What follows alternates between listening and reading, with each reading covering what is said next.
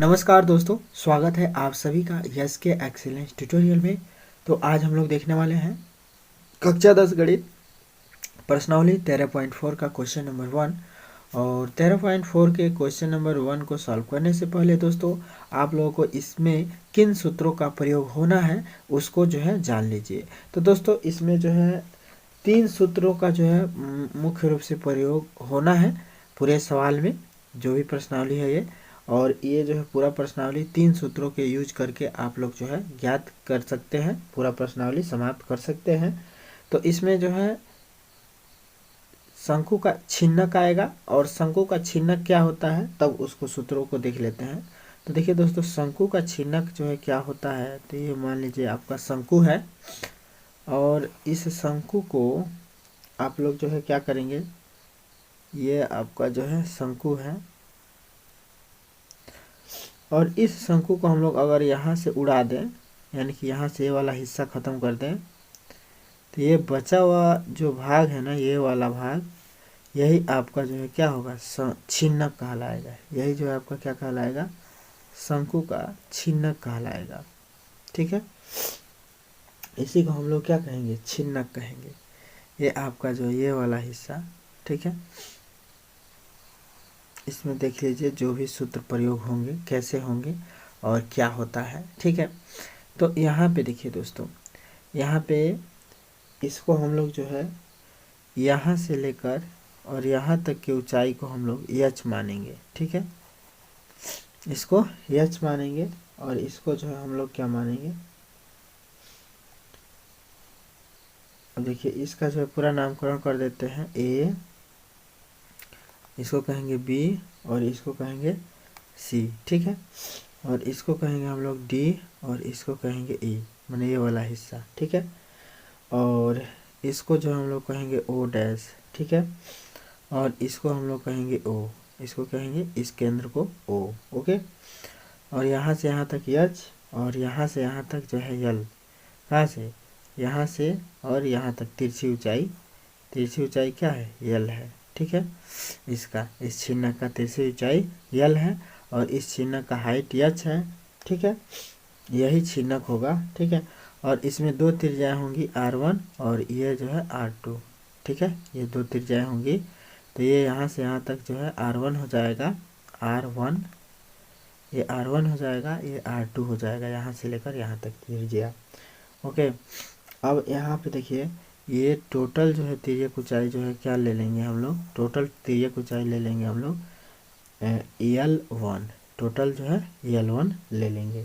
ठीक है, सूत्र कैसे प्राप्त किया गया है इसको समझ लीजिए। तो छिन्नक हम लोग का क्या है, L तिरछी है, एच जो है इसकी हाइट है, और R1 इसका जो है बड़ा त्रिज्या, R2 इसका छोटा त्रिज्या हो जाएगा। ठीक है, तो इस ये वाला हिस्सा जो है हम लोग का छिन्नक होता है। तो इसी का जो हम लोग को आयतन ज्ञात करना रहेगा, इसी का पृष्ठीय क्षेत्रफल ज्ञात करना रहेगा, और नहीं तो इसी का जो है संपूर्ण पृष्ठीय क्षेत्रफल ज्ञात करना रहेगा। ठीक है, तो इसमें अब देखिए जैसे कि इसमें क्या किया गया है, मैंने ये सूत्रों को कैसे प्राप्त किया गया है। तो देखिए अगर इसका जो है हम लोग को आयतन ज्ञात करना है, तो ये जो है संपूर्ण जो है आयतन में से ये वाला आयतन घटा दिया गया है, तो इसके आयतन का सूत्र प्राप्त हो जाता है। ठीक है, तो इसकी उत्पत्ति वगैरह हम लोग नहीं देखेंगे, बस ये देखिए कि छिन्नक क्या होता है। तो छिन्नक ऐसे बना होता है। ठीक है, ऐसे छिन्नक बना होता है, इसमें यह एच होता है, या यल होता है, या R1 होता है, या R2 होता है। तो इसी के जो है हम लोग जो है क्या करेंगे, बेसिक सूत्रों को देख लेते हैं। तो इसमें जो है हम लोग को किन सूत्रों की आवश्यकता पड़ेगी, पहला सूत्र रहेगा शंकु के छिन्नक का आयतन। शंकु के छिन्नक की आयतन की आवश्यकता पड़ेगी कि छिन्नक का आयतन कैसे निकालेंगे। तो इसका सूत्र होता है छिन्नक का आयतन का सूत्र आपका हो जाएगा, आयतन बराबर शंकु के छिन्नक का आयतन बराबर 1/3 पाई इंटू एच, ब्रैकेट में R1 का स्क्वायर धन R2 का स्क्वायर, और धन में R1 इंटू R2 हो जाएगा। ओके, ये इसके आयतन निकालने का सूत्र होता है। ठीक है, यही प्राप्त किया गया है। याद रखिएगा शंकु के आयतन का जो है, शंकु के छिन्नक का आयतन का सूत्र 1/3 पाई एच, 1/3 पाई एच R1 का स्क्वायर धन R2 का स्क्वायर धन R1 इंटू R2। ओके, अब इसका दूसरा सूत्र क्या यूज होने वाला है, मैंने इसमें दूसरा सूत्र जो है क्या जरूरत पड़ सकता है, तो शंकु के पृष्ठीय क्षेत्रफल, पृष्ठीय क्षेत्रफल मतलब इस छिन्नक के, शंकु के छिन्नक के चारों तरफ का क्षेत्रफल निकालना होगा, तो इसको पृष्ठीय क्षेत्रफल कहते हैं। तो शंकु के छिन्नक का पृष्ठीय क्षेत्रफल, शंकु के छिन्नक का पृष्ठीय क्षेत्रफल क्या होता है। और दोस्तों इस चैनल के माध्यम से आप लोगों को प्रश्नावली 13.3 तक कंप्लीट कर दिया गया है, तो उसको आप लोग देख सकते हैं। छिन्नक का वक्र पृष्ठीय क्षेत्रफल, वक्र पृष्ठीय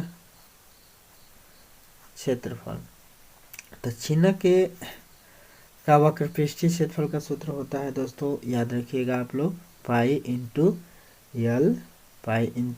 यल और ब्रैकेट में R1 धन R2 होता है, ब्रैकेट में R1 धन R2। ठीक है, छिन्नक का वक्र पृष्ठीय क्षेत्रफल, तो छिन्नक का वक्र पृष्ठीय क्षेत्रफल सूत्र याद रखिएगा, पाई एल इंटू R1 धन R2। ओके, अब छिन्नक के संपूर्ण पृष्ठीय क्षेत्रफल की जरूरत पड़ सकती है, तो छिन्नक का संपूर्ण पृष्ठीय क्षेत्रफल शंकु के छिन्नक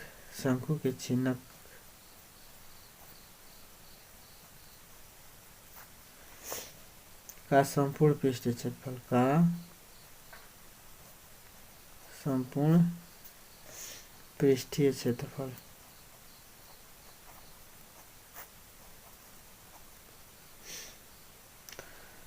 संपूर्ण पृष्ठीय क्षेत्रफल का सूत्र होता है पाई एल R1 धन R2 ब्रैकेट बंद प्लस में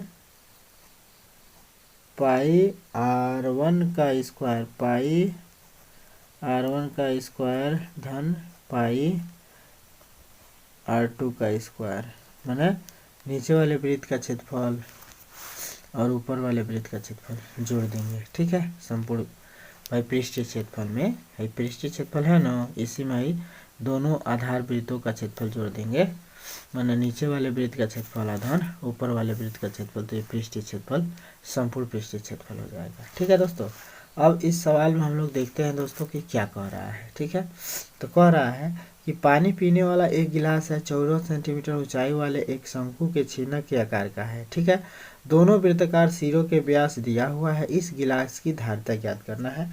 तो धारिता से दोस्तों हम लोग क्या समझेंगे कि हम लोगों को जो है इसकी जो है आयतन ज्ञात करना है। इसको जो है फिगर को देख लीजिए कि कैसे ये बनेगा। गिलास आपका कैसे होता है, तो गिलास आपका लगभग ऐसे होता है और इधर पेदी होती है ना, तो ये समझ लीजिए आपका छिन्नक बन गया। ठीक है, अब छिन्नक में हम लोगों को जो है क्या क्या जो है ज्ञात करना रहता है, यही ना आपका गिलास है। ठीक, तो अब इसमें जो हम लोग को ये वाला ऊंचाई होता है और ये जो है तिरछी ऊंचाई होता है यल, और ये हम लोग का जो है R1 होता है और ये वाला त्रिज्या R2 होता है ना। तो इसमें अब देखिए कह रहा है कि पानी पीने वाला एक गिलास 14 सेंटीमीटर ऊंचाई वाले एक शंकु के छिन्नक के आकार का है। तो 14 सेंटीमीटर ऊंचाई का मतलब समझ लीजिए कि क्या दिया है इसका, तो दिया में जो है समझ लीजिए कि इस छिन्नक का ऊंचाई दिया हुआ है, छिन्नक का ऊंचाई समझ लीजिए दिया हुआ है h बराबर 14 सेंटीमीटर। ठीक है, और कह रहा है दोनों वृत्ताकार सिरों के व्यास, तो ये वृत्ताकार सिरे हैं, तो दोनों वृत्ताकार सिरों का व्यास 4 सेंटीमीटर और 2 सेंटीमीटर है। तो समझिए कि जो बड़ा है वह ऊपर वाले हिस्से का व्यास है, ये वाला है 4, और जो छोटा है ये समझिए कि इसका ये वाला व्यास है, यानी कि ये कितना है, तो ये 2 सेंटीमीटर है। ठीक है, तो इसका जो है व्यास, चूँकि एक व्यास क्या है 4 है, तो डायरेक्ट जो है इसका त्रिज्या ज्ञात कर लीजिए। R1 बराबर 4/2, ठीक है। तो इसका जो है R1 कितना हो जाएगा, तो इसका R1 जो है 4/2 यानी कि 2 हो जाएगा।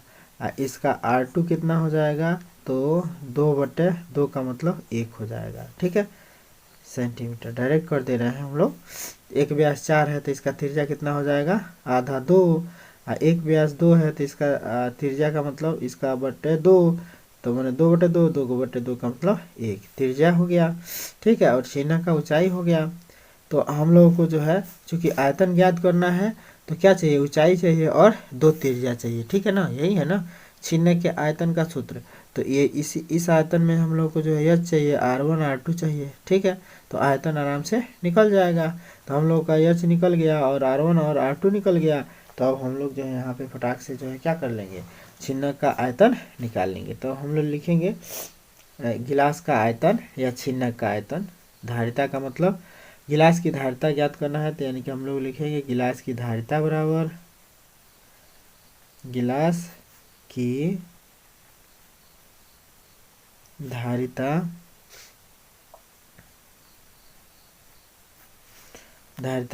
बराबर क्या हो जाएगा, यानी कि इस चिन्ह का आयतन, तो चिन्ह का आयतन का सूत्र क्या होता है, तो 1/3 पाई एच, 1/3 पाई एच R1 का स्क्वायर धन R2 का स्क्वायर धन में R1 इंटू R2 होता है।